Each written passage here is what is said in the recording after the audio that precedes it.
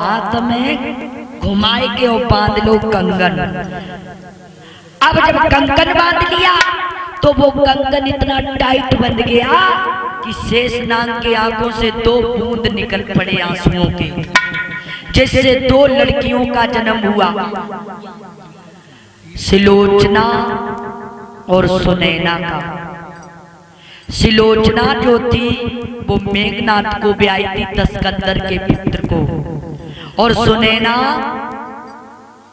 जनक को ब्याई थी। ये दोनों साड़ू साड़ू थे। अब श्री सुखदेव मुनि बोले हैं कि हे उत्तरानंदन महाराज परिषद, इधर जब सुनैना ने जब इतना कहा तो महाराज जनक जी दरबार में पहुंचे। ज्योतिषियों को बुलवाया, ऋषियों को बुलवाया, सभी लोगों से एक ही बात कही, कुछ ऐसा उपाय करो जिसके द्वारा बारिश हो। मंगल भैया आवाज सुन रहे हो, यहाँ जाओ। मंगल। अब ज्योतिषी लोग कहने लगे तुम ऐसा करो, एक सोने का हल बनवाओ, तुम तुम्हारी रानी नगिन होकर के चलाओ तो बारिश हो सकती है। अब एक सोने का हल बनवाया गया। सुनैना महाराज जनक ने जब वो हल चलाया तो हल चलाते समय जमीन से एक लड़की निकली। ऐसा कहाँ लिखा है? ऐसा लिखा है रामचरितमानस में, लेकिन जगदीशानंद अपनी रामायण में कुछ और लिख रहे हैं। जब सुनैना महाराज जनक हल चला रहे थे तो उस समय सुनैना गर्भवती थी। हल चलाते समय सुनैना की एक लड़की पैदा हुई खेत में। महाराज जनक जी ने जब देखा तो उन्होंने नेत्रों को बंद कर लिया, खड़े हो गए, मन में सोचने लगे अरे भगवान, इतना बड़ा मेरा महल और बिटिया खेत में पैदा भई। कर जावा तो सुबह हमारी गिरजा में अगर पता चली कि महाराज जनक के पत्नी के बिटिया खेत में पैदा भई तो सब मेरी बड़ी खिल्लियां उड़ाएंगे, हंसी उड़ाएंगे। तो उन्होंने बात को बदल दिया। बात क्या पलट दी? एक कोरा घड़ा मंगाया, उसमें उस लड़की को रख लिया और जैसे ही सुबह बहु तो एक चर्चा फैलाई गई कि जमीन से एक लड़की निकली। कोई कहता है सीता रावण की पुत्री है, कोई कहता है रावण ने 5 ऋषियों का खून लिया था करके रूप में वो है। कोई कहता है रावण ने मंदोदरी को एक पत्र दिया था, लव लेटर, और ये कहा था कि इसे खोल करके मत देखना नहीं तो माताओं बहनों की ये आदत होती है कि अगर जो बात टको वह पहले करें।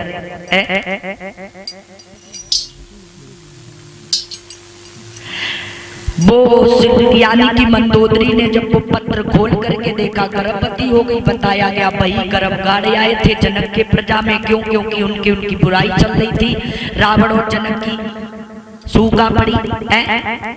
लेकिन मैं तो एक ही बात कह रही हूँ कि जमीन से एक लड़की निकली, ठीक है। अब उस लड़की को महलों में लाया गया, पालन पोषण हुआ।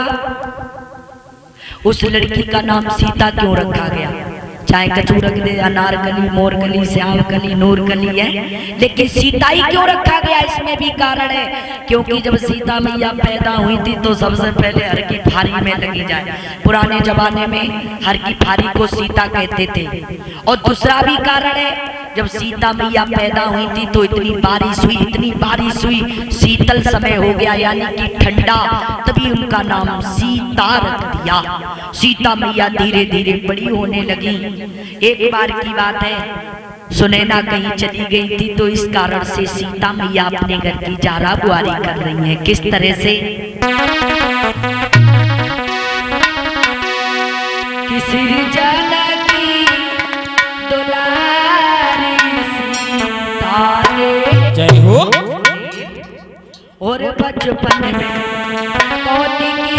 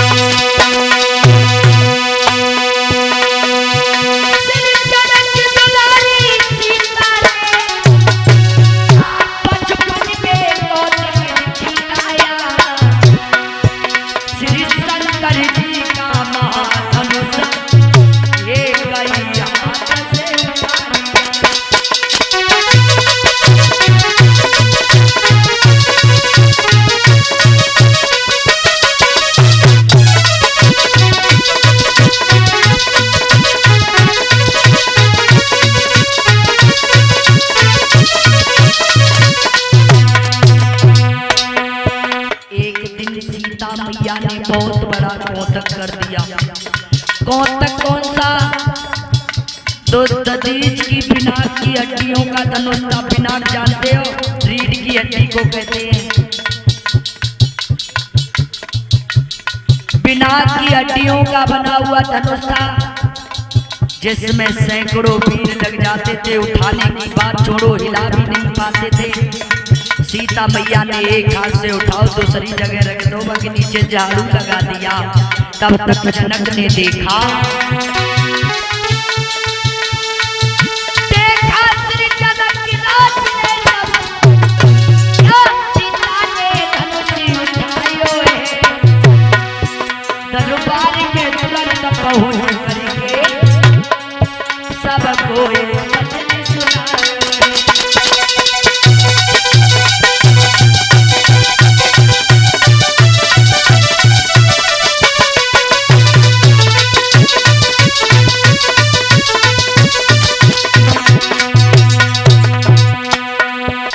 महाराज जनक ने देखा, सोच रहे हैं मेरी बिटिया ने बहुत बड़ा कौतक कर दिया।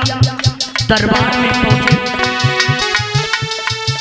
श्री शंकर जी के तो भी प्रिया होए मेरी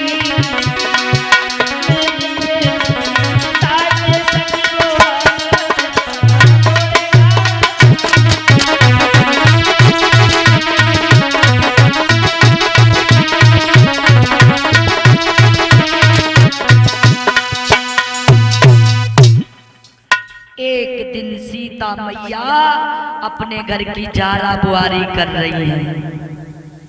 जारा बुआरी सीता मैया ने क्या किया?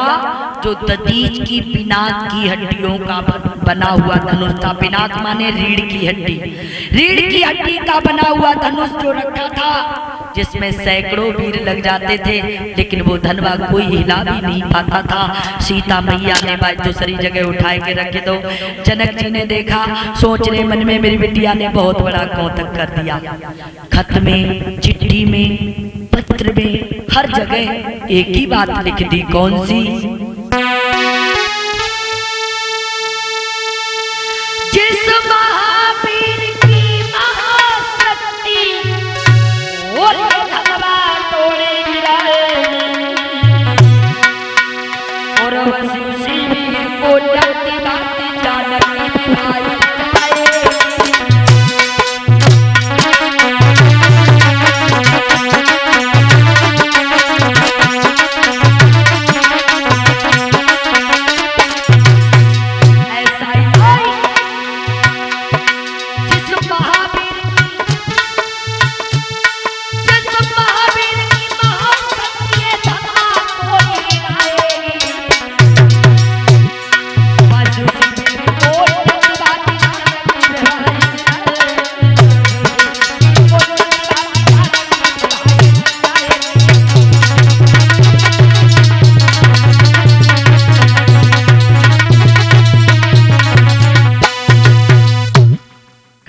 चिट्ठी में एक ही बात लिख दी, जिस किसी के वीर के हाथों से ये धनवा टूटे यानी कि तोड़ेगा, मैं अपनी लड़की सीता का रिश्ता उसी के साथ में जोड़ देंगे।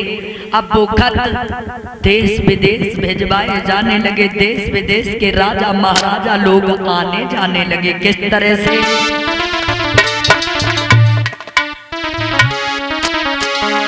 पाते ही खबर स्वयंवर की और श्री जनक राज के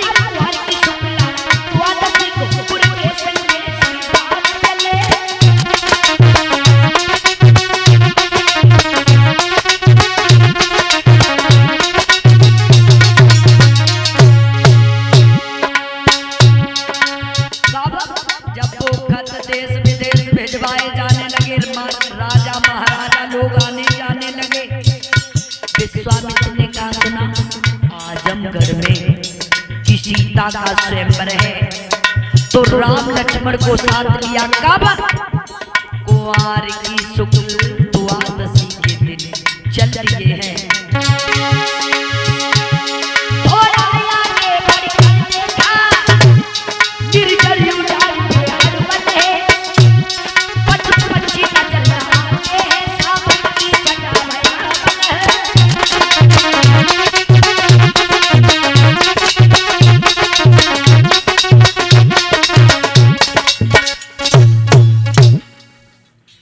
विश्वामित्र ने आजमगढ़ में सुना कि सीता का स्वयंवर है, तो राम लक्ष्मण को साथ में लिया चल दिए। थोड़ा आगे बढ़ के देखा निर्जन उजाड़ बेहड़ वन है, पक्षी नजर ना आते हैं। क्या देखा है? एक पत्थर की स्त्री पड़ी हुई है। राम बोले गुरुजी ये क्या देख रहे हैं? पत्थर की स्त्री।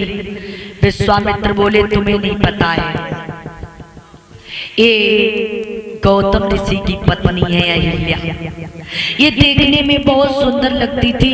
एक बार इन्हें इंद्र ने देखा कि अहिल्या देखने में बहुत सुंदर है। इंद्र जो था वो इधर उधर भटकने लगा और मुर्गा के पास पहुंचा और बोला है भैया। चंद्रमा के पास पहुंचा और चंद्रमा से कहने लगा भैया एक काम कर दो। चंद्रमा बोला कहिए। तो इंद्र बोला है समझा करके भैया कि तुम मुर्गा बन जाना और मैं बाबा बन जाऊंगा।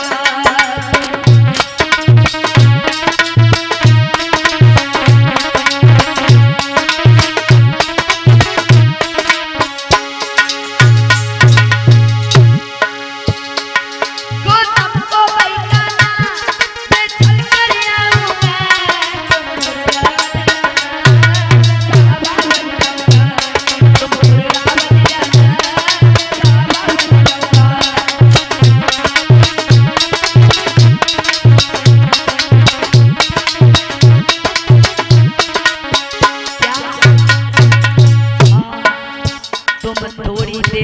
मुर्गा बन जाना। चंद्रमा बोलो क्यों? क्योंकि तुम्हें नहीं पता है गौतम ऋषि प्रतिदिन गंगा स्नान करने जाते हैं। हाँ सुनो, तुम्हारा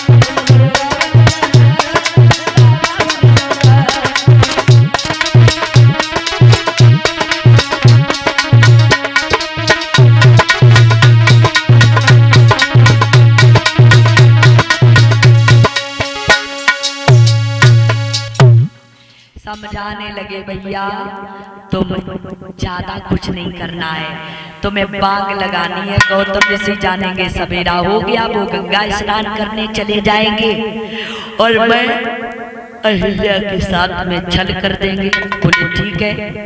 अब वो चंद्रमा नहीं रहा, वो एक मुर्गा बन गया। उसने क्या किया कि मुर्गा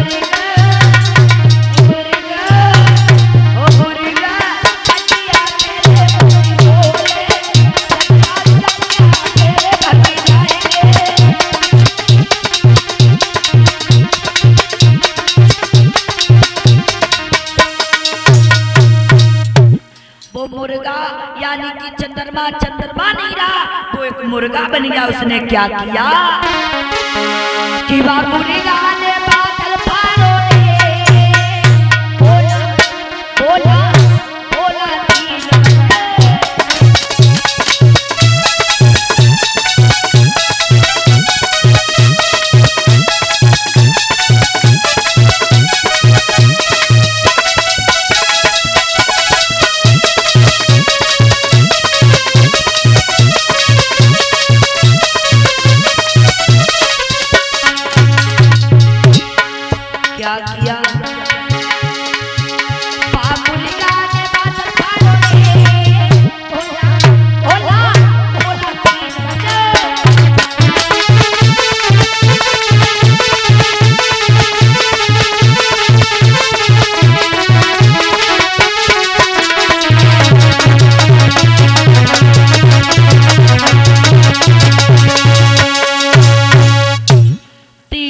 उसने जा करके जब बाग लगाई, गौतम ऋषि ने सोचा सवेरा हो गया, हाथ में कमंडल लिया, वो तो गंगा स्नान करने के लिए चले गए। और इधर इंद्र का घोषणा हुआ, इंद्र ने अहिल्या के साथ में चल कर दिया।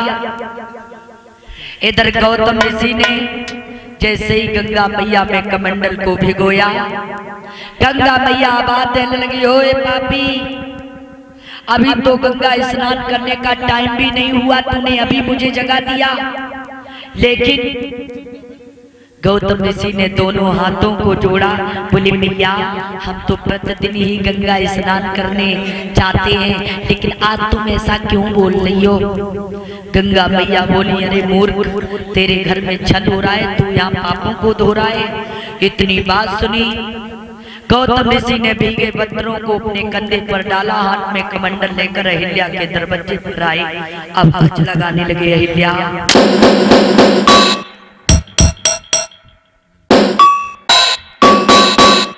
ओए दरवाजा खोलो, दरवाजा खोलो। अहिल्या ने देखा, भगवान, एक पति वहां आवाज लगा रहे, एक पति मेरे पास रहते, ये क्या हो रहा है। दौड़ करके अहिल्या भाग करके